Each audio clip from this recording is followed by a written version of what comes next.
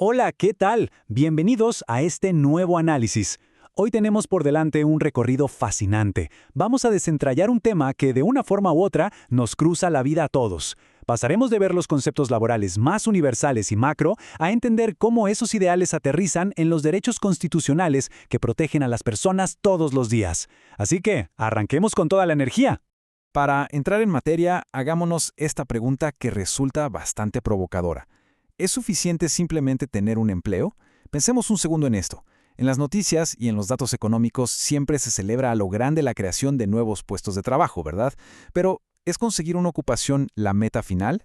Lo que los datos y los expertos nos muestran, sin lugar a dudas, es que la calidad y las condiciones en las que se trabaja importan exactamente igual o incluso más que el simple hecho de tener una fuente de ingresos.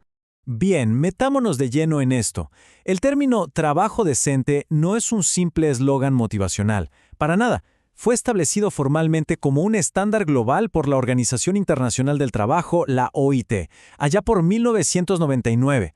Es la base mundial que exige que cualquier labor productiva, ya sea formal o informal, se realice bajo condiciones de libertad, equidad, seguridad y, súper importante, dignidad humana.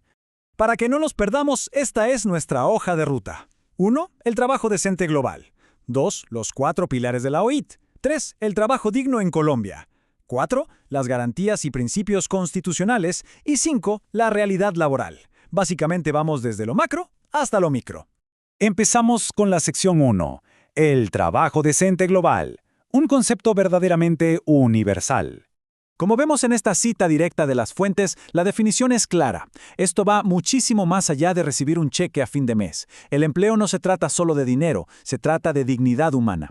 Si alguien trabaja sin libertad, sufriendo discriminación o arriesgando su vida en condiciones inseguras, entonces, según los estándares internacionales, el sistema falla por completo. La remuneración es clave, claro, pero el respeto a la condición humana es la verdadera esencia de todo. Pasamos a la sección 2, los 4 pilares de la OIT.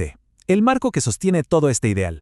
Ahora, lo que resulta súper interesante aquí es cómo la OIT organiza todo esto en 4 pilares de acción interrelacionados. 1. El empleo. 2. La protección social. 3. Los derechos fundamentales. Y 4. El diálogo social.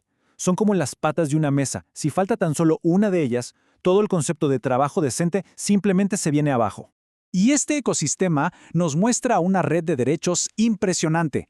Representa de manera visual cómo se entrelaza todo para lograr un trabajo verdaderamente digno, desde contar con entornos seguros y protección a la maternidad hasta tener representación equitativa y garantías contra la discriminación. No son beneficios sueltos, conforman toda una red de derechos interconectados aplicados a la vida laboral. Pero bueno, aquí es donde la estadística nos da un golpe de realidad. 20%. Las fuentes nos indican este número bastante crudo. Se calcula que solo el 20% de los trabajadores en el mundo tiene una protección social suficiente. Para ponerlo en perspectiva, significa que un abrumador 80% de la fuerza laboral mundial carece de coberturas básicas como atención médica, seguro de desempleo o una pensión. Es una brecha global masiva. Y esto ilustra de manera brillante por qué el tercer pilar, el de los derechos fundamentales, es una urgencia absoluta y no una simple recomendación. Por un lado, tenemos el ideal, espacios inclusivos donde se trabaja con seguridad. Pero por el otro, vemos realidades sombrías que lamentablemente persisten, como las condiciones de riesgo extremo y el trabajo infantil. Las normativas internacionales buscan erradicar estas prácticas de raíz para asegurar, por ejemplo, que los niños estén en la escuela y no siendo explotados en el campo. Así llegamos al cuarto pilar, el diálogo social, que es básicamente el motor de la democracia económica. La idea es que las políticas no se impongan desde arriba, de manera unilateral. Para lograr el bien común, es necesario que el Estado, los empleadores y los trabajadores se sienten a negociar juntos. Y claro, el éxito de esto se mide con indicadores reales en la práctica, como la densidad sindical y la cobertura de los convenios colectivos. Ahora cambiamos de marcha con la sección 3, Trabajo digno en Colombia. Vamos a aterrizar toda esta teoría en el marco legal. Leamos esta cita fundamental del artículo 25 de la Constitución colombiana. Establece que el trabajo es un derecho y una obligación social, y que debe darse, ojo a las palabras, en condiciones dignas y justas. En Colombia, el trabajo no es solo una actividad para generar ingresos, es un principio constitucional fundante que está completamente infundido de dignidad humana. Es la regla base del juego. Avanzamos a la sección 4. Garantías y principios constitucionales. Básicamente, la mecánica legal protectora del artículo 53. Aquí tenemos los componentes clave del artículo 53 en acción. Igualdad de oportunidades, remuneración mínima vital y móvil, estabilidad en el empleo, irrenunciabilidad de beneficios y protección a grupos vulnerables. Es clave entender que esto no es una simple lista de buenas intenciones, sino de condiciones obligatorias impuestas por la ley para considerar que un trabajo realmente es digno. A ver, en términos legales a veces las cosas se ponen un poco confusas o ambiguas, ¿cierto? Ahí es donde entra la regla del indubio pro operario. Imagínense que hay una cláusula en un contrato que se puede interpretar de dos maneras distintas.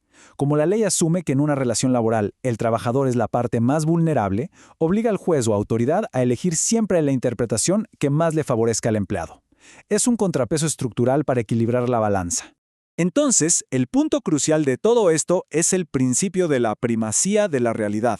Básicamente es el choque entre lo que dice el papel y lo que pasa en el día a día. Si una empresa hace firmar un contrato que dice prestación de servicios independientes, pero en la realidad a la persona se le exige cumplir un horario estricto todos los días y recibe órdenes directas, la ley es tajante.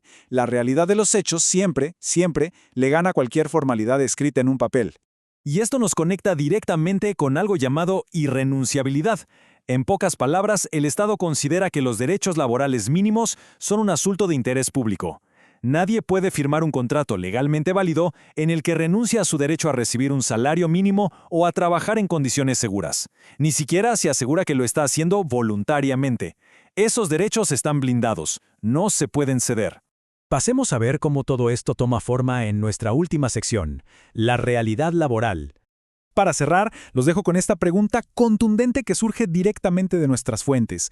¿Garantiza verdaderamente un salario mínimo, con sus aumentos periódicos, una vida digna para quien trabaja y su familia? Es una reflexión muy profunda sobre la enorme brecha que muchas veces existe entre los ideales legales que acabamos de revisar y el reto de la supervivencia diaria. Da muchísimo para pensar. Mil gracias por acompañarnos en este recorrido analítico y hasta la próxima.